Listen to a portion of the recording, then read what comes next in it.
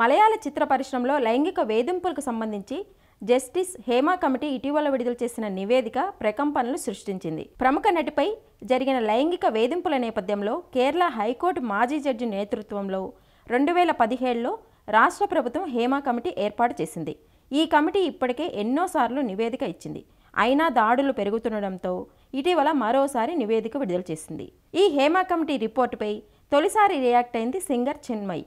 Women in cinema collective నిర్ణయం వల్లే ఈ కమిటీ నివేదిక సిద్ధం చేయగలిగిందని చిన్మయి తెలిపారు.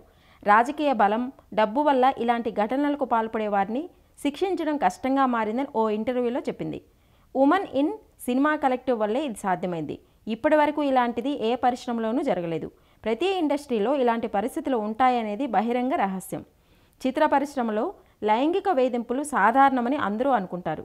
ఇలాంటి ఘటన జరిగిందని చెప్పినా నిందితులపై వెంటనే చర్యలు తీసుకోవడం లేదు. కొన్నేళ్ల పాటు కేసు నడుస్తూనే ఉంటుంది.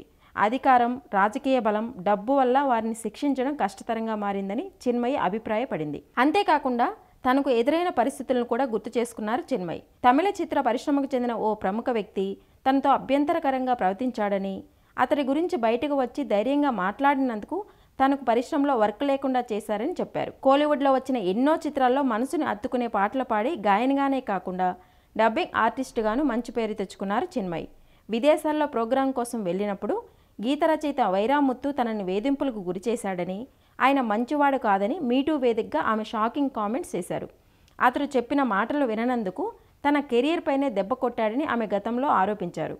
ఈ క్రమంలోనే పరిశ్రమ చిన్మయిని బ్యాన్ చేసింది. దాదాపు 5 ఏళ్ల బ్యాన్ తర్వాత ఆమె ఇటీవల లియోలో త్రిష పాత్రకు డబ్బింగ్ చెప్పారు.